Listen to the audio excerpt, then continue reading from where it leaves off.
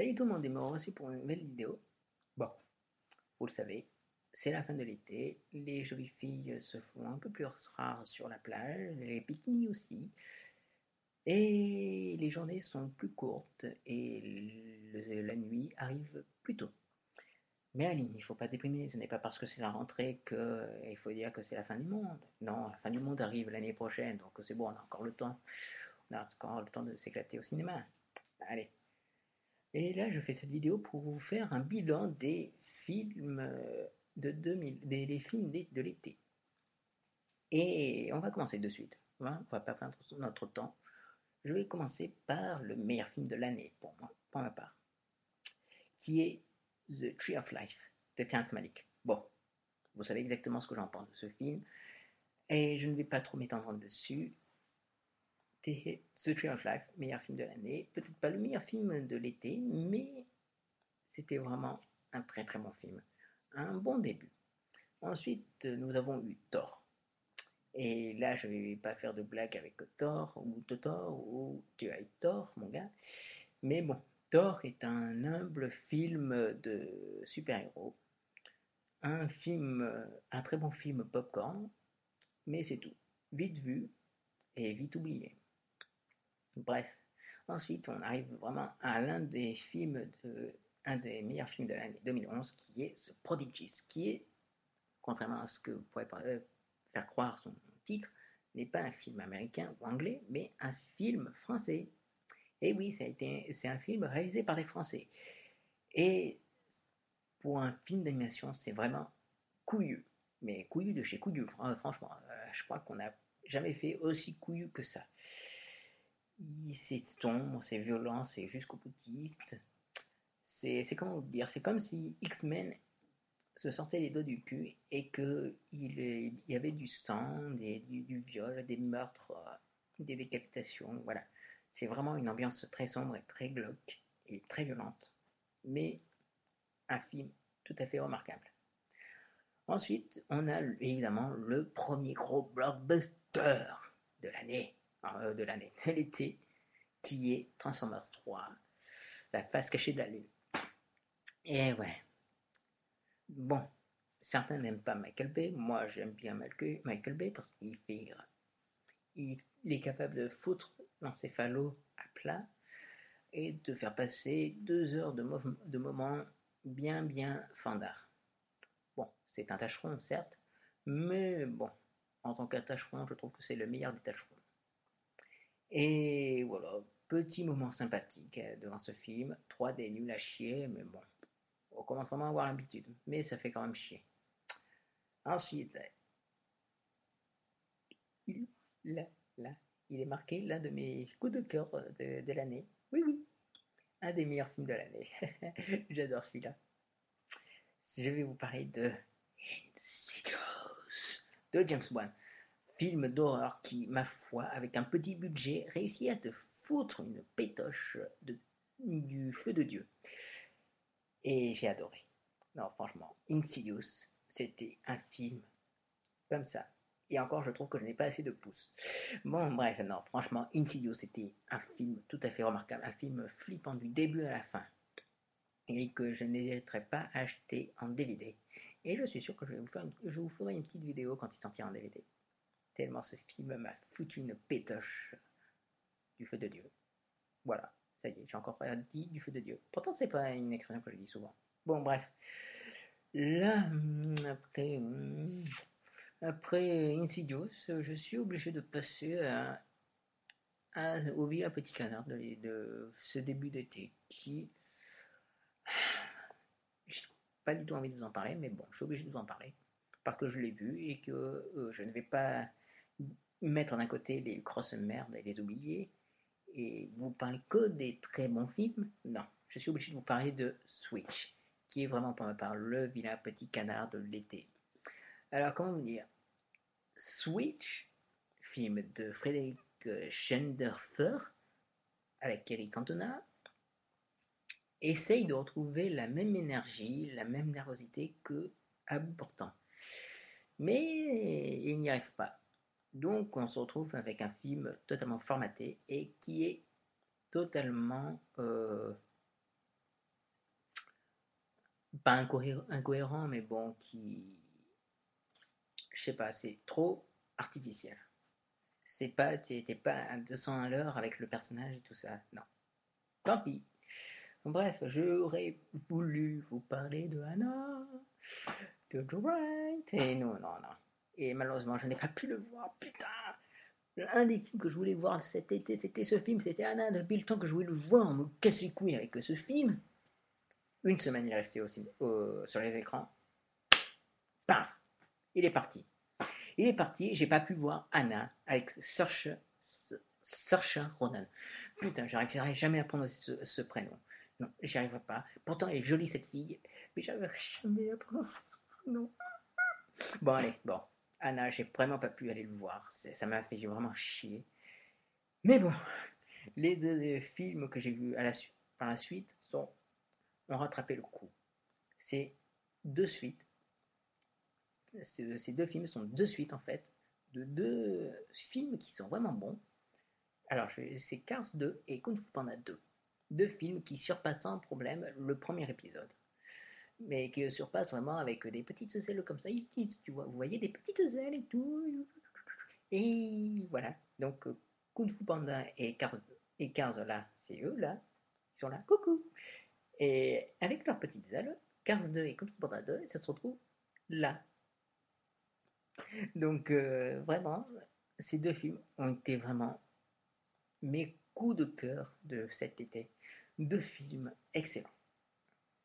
Et qui vont faire partie de mon top 10 des meilleurs films de 2011.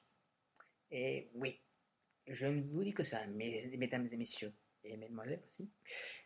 Ensuite, on a Bad Teacher avec Cameron Diaz. Ah, la sublime Cameron Diaz. Magnifique femme qui est le fantasme, qui provoque mille et un fantasmes chez les hommes qui veulent être avec elle, qui veulent être dans... Bref, vous voyez à quel point j'adore cette femme. Bah ouais, bon, c'est purement sexuel, mais bon, on l'adore, on adore Cameron Diaz. Elle est jolie, et dans Bad Teacher, ah là là, elle laisse éclater la pleine mesure de son talent à nous balancer des fuck tout le temps, à être grossière, à envoyer balader les élèves, les autres professeurs qui veulent la draguer. Ah là là, elle prend son pied d'enfer et nous on est contents. C'est pas la meilleure comédie de l'année, mais c'était plutôt un bon moment. Et puis, je suis obligé à la fois de vous le dire, mais Cameron Diaz, toujours aussi hot. Hmm, je t'aime, Cameron Diaz. Non, non, non, c'est sexuel. Ça restera que sexuel. Bref, ensuite, on va passer aux trois gros coups de cœur, aux trois grands films de l'été que l'on attendait énormément et qui ne m'ont pas déçu. Donc, j'ai donc dans mon top 3, on va commencer par le numéro 3 qui est Super 8. Bon, j'aime beaucoup Super 8, c'est bien réalisé, c'est bien interprété, l'alien, l'extraterrestre, est très bien fait, est plutôt original. Il y a des moments de pure émotion, il y a des moments où ça explose de partout et c'est génial. Mais je sais pas, c'est pas pour ma part un film des années 80 ou un film à la Steven Spielberg. Voilà, mais ça c'est vraiment que mon avis personnel. Mais bon, j'ai passé un bon moment devant, donc voilà, je vais pas lui vomir dessus ni chier dessus. C'est vraiment un bon film. Mais comparé à un autre certain film qui est à la place numéro un, qui est le number one, qui est la médaille d'or, non, Super 8 n'est pour ma part pas un film qui rend hommage à Spielberg. Bref. En numéro 2, il y a La planète des singes, les origines. Film que je vous conseille absolument d'aller voir au cinéma, qui fait l'unanimité parmi les critiques et les spectateurs, et qui m'a vraiment plu, qui est totalement émouvant, qui est humaniste à un point. On a plus de sympathie pour les chimpanzés que pour les humains, ça se comprend évidemment, mais bon, on est tous des hypocrites, on sait bien qu'on est des humains, donc on est cons comme des balais. Mais bon, ça ne nous empêche pas d'avoir de la sympathie pour ces magnifiques chimpanzés. Et puis, réalisation au top niveau, James Franco, Andy Serkis, qui à eux seuls crèvent l'écran, même si Andy Serkis joue un chimpanzé, c'est le top niveau. Et enfin, le numéro un qui est vraiment le numéro un de l'été, qui est Captain America de Joe Johnson, qui est un film où j'ai passé un super moment devant. C'était vraiment 2 heures de pur bonheur. Voilà, c'était un film à la Spielberg. Là, on peut dire que c'est vraiment un film à la Spielberg.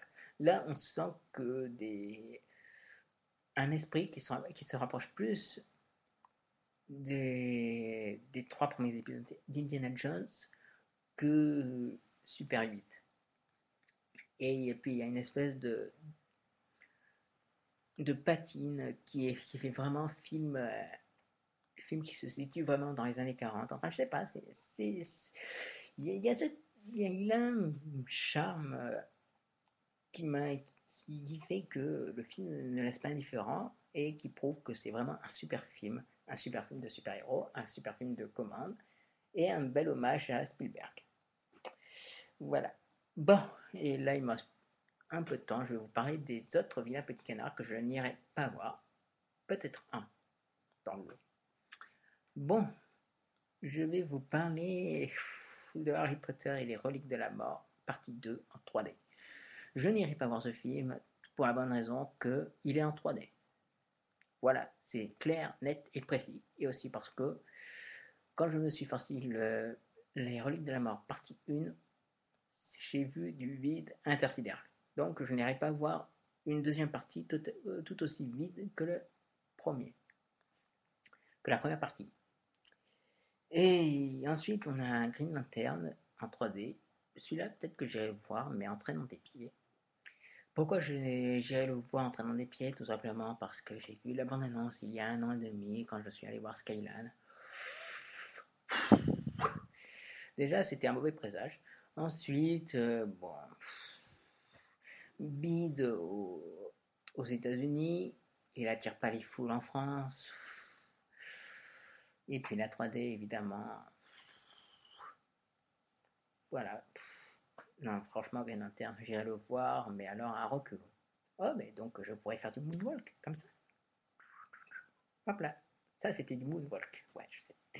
Et on a aussi Conan le Barbare. Conan le Barbare, le remake en 3D de Marcus Nispel. Et là, j'ai juste envie de dire à Marcus Nispel d'arrêter de faire des remakes. Ça commence sérieusement à me péter les couilles. Fais autre chose, mon gars. Arrête d'être une espèce de tâcheron qui accepte les projets de studio. Fais tes films de ton côté, dans ton coin. Ah, c'est bon. Fais-nous un bon film. T'as le talent pour faire des bons films. T'as un talent de réalisateur. Sers-toi-en pour faire un film original. Ne fais pas des remakes à tout va, merde. Oh, arrête de nous casser les couilles. Voilà. Donc celui-là, je n'irai jamais le voir au cinéma. Et c'est pas parce que il y a eu l'original. L'original, je ne l'ai pas vu. Mais j'ai plus envie de voir l'original que le remake. C'est comme ça. Ensuite, il y a le film de Almodovar, La pierre qui habite. Oh là là. Franchement, je ne sais pas qui c'est qui est prêt à être masochiste pour aller voir Almodovar, mais bon, moi, ça ne m'intéresse pas du tout. Et j'ai vu un extrait de film, c'est totalement ridicule. Mais ouais. Bon, mais bon, les critiques sont tous en train de se masturber et en train de sucer Almodovar. Et ensuite, il y a Mélancolia que je n'irai pas voir de Lars von Trier. Non pas parce qu'il a eu des propos antisémites à Cannes, mais juste parce que c'est un réalisateur qui ne m'intéresse pas, que j'ai pas du tout envie d'aller voir au cinéma. Voilà, c'est clair à 100%. Et j'en reste là. Voilà. Bref, cet été 2011 a été plutôt un bon cru. Et donc, je vous dis à une prochaine vidéo. Et je vous dis évidemment salut et à bientôt.